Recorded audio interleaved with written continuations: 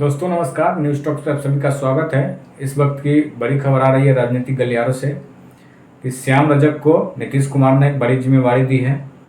आपको पता होगा कि श्याम रजक हाल ही में आरजेडी छोड़कर जेडीयू में शामिल हुए थे और वो जेडीयू के पुराने साथी रह चुके हैं। नीतीश कुमार के साथ पहले भी वो नीतीश कुमार की पार्टी में सरकार में मंत्री थे और वो 2020 से पहले जो है आरजेडी में चले गए थे, लेकिन आरजेडी में उन्हें लगभग 4 साल 5 साल रहने के बाद भी कोई भाव नहीं मिला।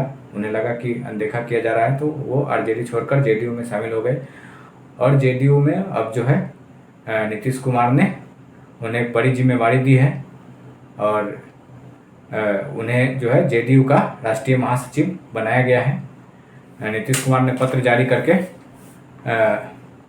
ये जानकारी दी है।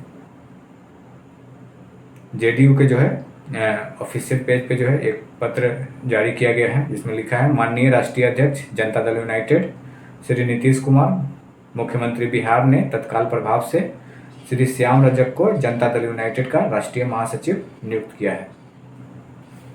तो जो श्याम रजक है दलित के जो बिहार के बड़े नेता माने जाते हैं और वो लगभग 5 से 6 बार जो है विधायक रह चुके हैं, मंत्री रह चुके हैं। तो एक बार फिर से जो है वो जेडीयू में शामिल हो गए हैं और जेडीयू में उन्हें बड़ी जिम्मेवारी दी है और कयास लगाया जा रहा है कि आगे उन्हें मंत्री भी बनाया जाएगा।